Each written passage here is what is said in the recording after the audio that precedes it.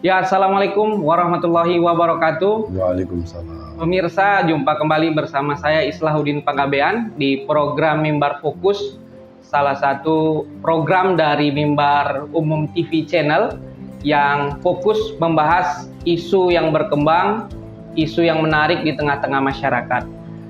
Alhamdulillah, dan pada hari ini kita akan membahas satu momen yang diperbincangkan hangat oleh masyarakat selama 1 bulan terakhir. Momen itu tak lain adalah Kongres pertama PSI, Kongres pertama Partai Solidaritas Indonesia yang berlangsung 19 sampai 20 Juli 2025 di Solo. Kita tahu semua bahwa ada beberapa hal yang menjadi sorotan pada momentum itu. Yang pertama, pemilihan ketua umum melalui satu sistem pemilihan pertama sekali di partai politik, satu kader satu suara, juga pergantian logo PSI, dan juga tentunya sorotan utama tentang pidato Bapak Presiden ke-7 kita. Nah, untuk membincangkan hal itu pada hari ini kita kedatangan tamu yang istimewa, ya luar biasa, yaitu Bapak Haji Muhammad Nejar Juli, ST. Siap. Atau Bang Nejar. Assalamualaikum Bang. Waalaikumsalam, Bro Islah. Bro ya Bang, kalau di bro. PSI Bro Nejar. Bro. Boleh nih Bang dipanggil Bang atau Bro ini? Bro lah. Nah ya, Bro Bro dipanggil Nejar. Bang. Gimana Bang kabar setelah pulang dari Kongres? Ya, alhamdulillah sehat-sehat BPJS lah. Sehat-sehat BPJS ini adalah sehat-sehat yang ditanggung oleh pemerintah. Ya, alhamdulillah. Ya, sangat menarik Bang, Kongres PSI yang menarik perhatian hampir seluruh masyarakat Indonesia ya Bang ya. Ya. Dan hari ini kita akan perbincangkan nih secara mendalam satu persatu sama Bang Nejar. Sebelumnya dari PSI kemarin di Solo hadir ya Bang? Hadir. Bisa digambarkan Bang perjalanan PSI Sumut ke Solo? Ya, kami bergerak dari 21 kabupaten kota yang ada di Sumatera Utara bersama-sama ketua dan sekretarisnya berangkat ke Solo bersama jajaran kepengurusan DPW ada lebih kurang 8 orang. Ya, total pasukan yang berangkat ke sana lebih kurang 50 orang lah, lebih kurang 50 orang ya. dari Sumatera Utara. Sempat jumpa Pak Presiden ke-7 ya Bang, Pak Jokowi ya di kediaman. Ya, jadi sebelum kongres itu seluruh DPW dan DPD yang ada di Indonesia diberikan momen bersejarah oleh panitia untuk dapat berfoto. Bersuah foto, boleh berfoto sama Pak Jokowi, yaitu yang selaku Presiden Republik Indonesia ke-7 di Jalan Kutai, di kediaman beliau. Nah, sehat lah Pak Jokowi ya Pak, yang Abang Bro lihat ya. Alhamdulillah sehat, walaupun serangan bertubi-tubi, tetapi dengan kesabaran beliau, ya kesehatan beliau nampak sangat fit pada waktu itu. Ya Bang, sekarang kita atau Bro ya, Bro Nejar, Bro. kita bahas ke permasalahan, bukan permasalahan ya, sorotan utama nih Bang. Ya. Sorotan utama satu yang disorot adalah pergantian logo ini dari mawar merah menjadi gajah berkepala merah dan berbadan hitam ya Bang ya. Ya. Nah, apa sebenarnya makna pergantian logo ini Bang? Ya, sebenarnya sih lebih kepada penyegaran partai, di mana memang ketika simbol lama itu sudah kita pakai 2 kali pemilihan, dan itu akan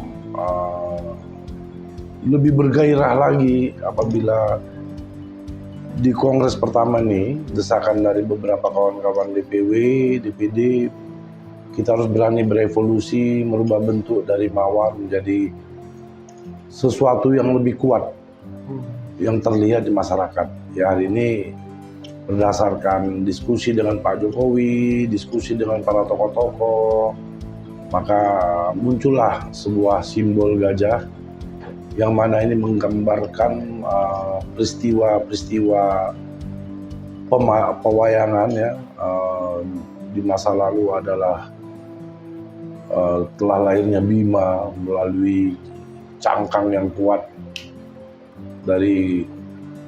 dikirim dari Baratayuda dari langit, dan dipecahkanlah cangkang tersebut oleh seekor gajah, yang mana Gajah Sena ini yang menjadi simbol daripada partai. Dan ini menunjukkan bahwasanya sebuah filosofi yang kuat dalam memimpin partai ini ke depan, ya, dengan bijaksana dan juga dengan sifatnya gajah ini juga setia, kan gitu. Inilah yang menggambarkan kenapa Mas Kaisang dan kawan-kawan memutuskan untuk memilih lugu gajah tersebut. Begitu, Brislah. Jadi ada filosofi kepemimpinan di situ ya, Bro? Ada. Manager, ya? Ada di situ, ada filosofi kepemimpinan yang berjalan beriringan dan setia terhadap pimpinan. Nah, itu ada. Di logo juga ada kata-kata itu, Bro Nejar, PS Partai Super TBK, itu gimana itu?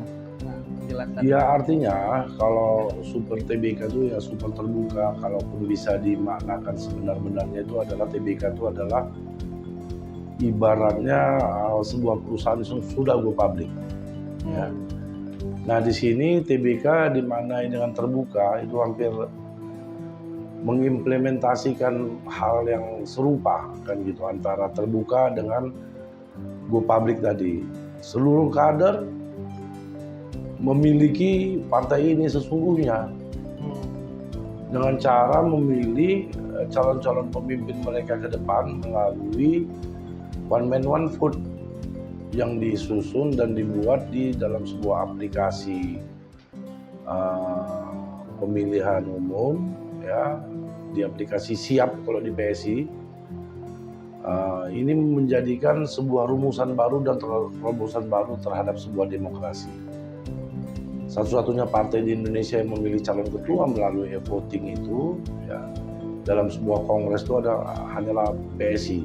Dan ini akan ditularkan kepada kawan-kawan partai politik yang lain. Cara ini adalah cara yang lebih sportif, ya, cara yang lebih mengakomodir seluruh kader-kader. Dan memang sudah tentu ada persyaratannya. Kayak kemarin itu persyaratannya minimal calon ketua itu harus mengantongi 1 dukungan DPW dan 5 dukungan DPD minimal. Ya, ini merupakan mekanisme organisasi yang baik dalam sebuah demokrasi. Dan kami berharap partai-partai lain juga dapat mengikuti tren politik yang kami sampaikan ini.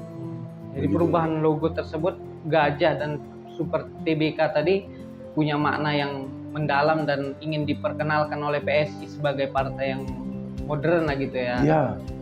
Bro Nejar. Modern. Selanjutnya sorotan utama lain itu tentang Presiden ke-7 Pak Jokowi yang pada pidatonya itu intinya akan full mendukung PSI, akan bekerja keras mendukung PSI pada pemilu berikutnya. Nah, ini gimana tanggapan Bro Nejar tentang pidato tersebut? Ya, ini sudah tentu sangat membanggakan bagi Partai Solidaritas Indonesia, ya. Seorang mantan Presiden Republik Indonesia yang ke-7 mau berada di dalam rumah yang memang sederhana, tetapi akan menjadi sebuah rumah yang damai, yang nyaman bagi beliau, yang akan mewariskan cita-cita beliau dalam membangun Indonesia ke depan. Politik itu adalah harapan. Ya, selalu akan ada harapan-harapan masa depan terhadap sebuah keputusan politik nantinya. Nah, dengan hadirnya Pak Jokowi, saya sebagai Ketua DPW Sumatera Utara itu yakin bahwasanya di bawah kepemimpinan Pak Mas Kaisang, walaupun memang ada irisan tipis antara Pak Jokowi dengan Mas Kaisang ini, tetapi itu bukanlah sebagai dasar pemikiran orang-orang bahwasanya partai ini adalah milik keluarga. Karena memang sudah kita buktikan pada pemilihan kemarin, ya, itu dilakukan oleh 187.000 kader melalui e-voting. Yang mana e-voting ini diserahkan kepada seluruh wilayah yang ada di Indonesia memilih 3 calon pada waktu itu. Bro Ronald Sinaga, Bro Kaisang Pangarep, dan Bro Agus Herlambang. Nah, terkait Pak Jokowi mau hadir di PSI itu merupakan sebuah kebanggaan bagi seluruh kader. Dan jelas Pak Jokowi menyampaikan bahwasanya kalaulah infrastruktur sudah bagus, sudah tentulah harus ada kendaraan ini harus ada yang mengisi minyaknya, bensinnya. Nah, ini kan diharapkan juga dari kader-kader yang potensial yang memang memiliki militansi, ya, memang memiliki dedikasi dalam membesarkan partai. Atas kerjasama juga mungkin minyak yang dimaksudkan tadi akan dibantu juga oleh Pak Jokowi nantinya ya, apabila sudah melihat hasil nyata kerja kader-kadernya yang memiliki tujuan yang sama dengan pemerintahan Indonesia. Ya, jadi kan Bro Nejar, ketika Pak Jokowi itu menyampaikan pidato tersebut itu cukup mengejutkan karena sebelumnya kan memang sering PSI itu partainya Jokowi, tetapi ketika langsung dari Pak Jokowi sendiri mengatakan itu tentu sangat mengejutkan dan mungkin menambah semangat pengurus dan kader PSI di bawah gitu kan Bro. Nah, gimana DPW Sumut sendiri untuk menyikapi atau melanjuti arahan dari Pak Jokowi tersebut? Ya, kita dengan statement beliau itu, walaupun tanpa statement beliau, kita juga Sumatera Utara ini membuktikan kinerjanya kepada DPP ya, bahwasanya Sumatera Utara ini menjadi salah satu harapan ya. Mas Kaisang ya, selaku Ketua DPP menjadi salah satu barometer di luar Pulau Jawa ya, untuk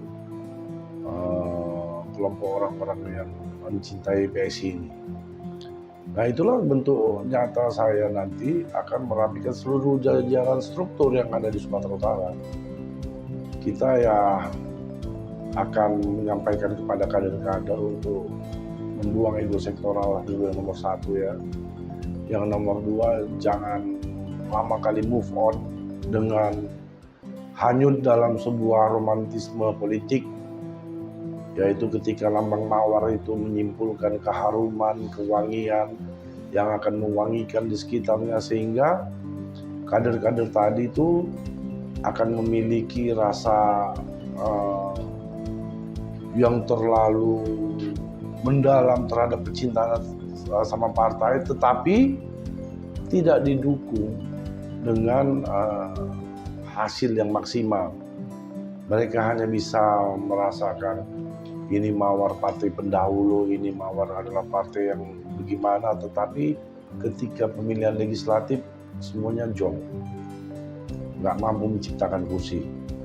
Nah, dengan berevolusi ini, ya, harapan kami juga dari Sumatera Utara, gajah ini kan simbolnya kuat, berani, bijak, serta setia, kan gitu. Inilah dia simbol gajah ini. Mawar-mawar yang ada di kebun-kebun yang sudah tertanam di seluruh Indonesia ini, khususnya Sumatera Utara, kader-kader mawar ini akan diangkut kepada sebuah tujuan yang besar oleh gajah. Yang namanya gajah ini kan dia satu barisan, satu lintasan, kan, mencapai satu tujuan.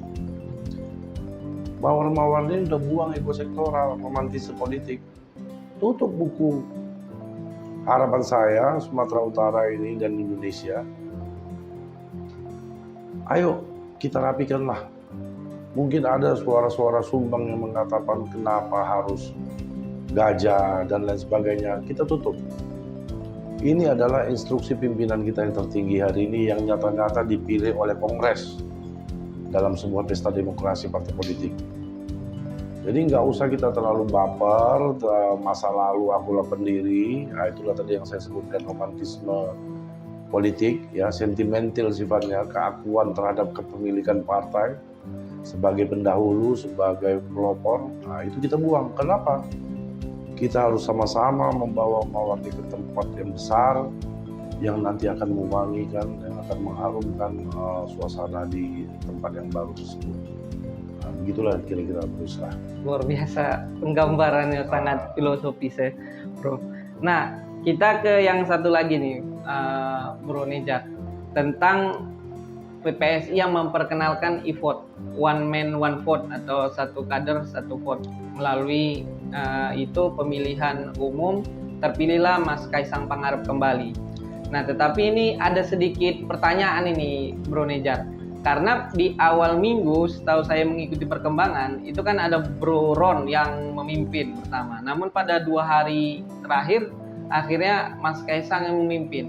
Nah, ini kok bisa terjadi nih? Kadang kan ini muncul anggapan tersendiri di tengah-tengah masyarakat.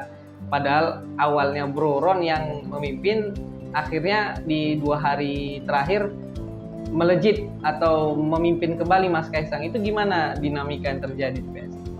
Ya, sebenarnya itu kenyataan yang terjadi ya. Ketika ada tahapan-tahapan pemilihan dengan jadwal-jadwal yang sudah ditentukan, mungkin saja medianya daripada penghitungan suara ini kan tidak bisa dia sekali masuk langsung kering. Semua kan harus dikumpulkan data semua, full bucket dari seluruh Indonesia. Mungkin saja ketika input-input awal itu, Bro Ron itu yang terinput duluan, kan gitu. Nah, ketika yang di ujung-ujungnya ini nanti, itu adalah para pendukung Kaisang. Ya, jadi kalau asumsi orang mau kita ikuti, kita nggak akan bisa maju-maju, hanya terpatri dan tertunggu aja di situ. Jadi kita nggak usah mikirin asumsi-asumsi orang, bahwasannya akan ada suara-suara sumbang. Tetapi faktualnya hari ini Mas Kaisang itu adalah dipilih oleh seluruh kader se-Indonesia yang akuntabel, yang terdapat di dalam sebuah pemilihan raya PSI melalui e-voting. Walaupun banyak pikiran-pikiran adalah permainan, adalah perdugaan curang, itu silakan aja masyarakat berpikir. Tapi partai ini kan mencoba mengajarkan sebuah tren politik baru kepada seluruh bangsa Indonesia, kan? Kepada seluruh partai politik, bahwasanya demokrasi harus bisa berkembang dengan baik. Nah, PSI lah sebagai pelopornya yang akan mengedukasi kepada seluruh partai politik. Ya terserah mereka berasumsi apa mau mengikuti atau tidak, tapi kita berada dalam satu barisan yang besar untuk menuju sebuah tujuan yang besar.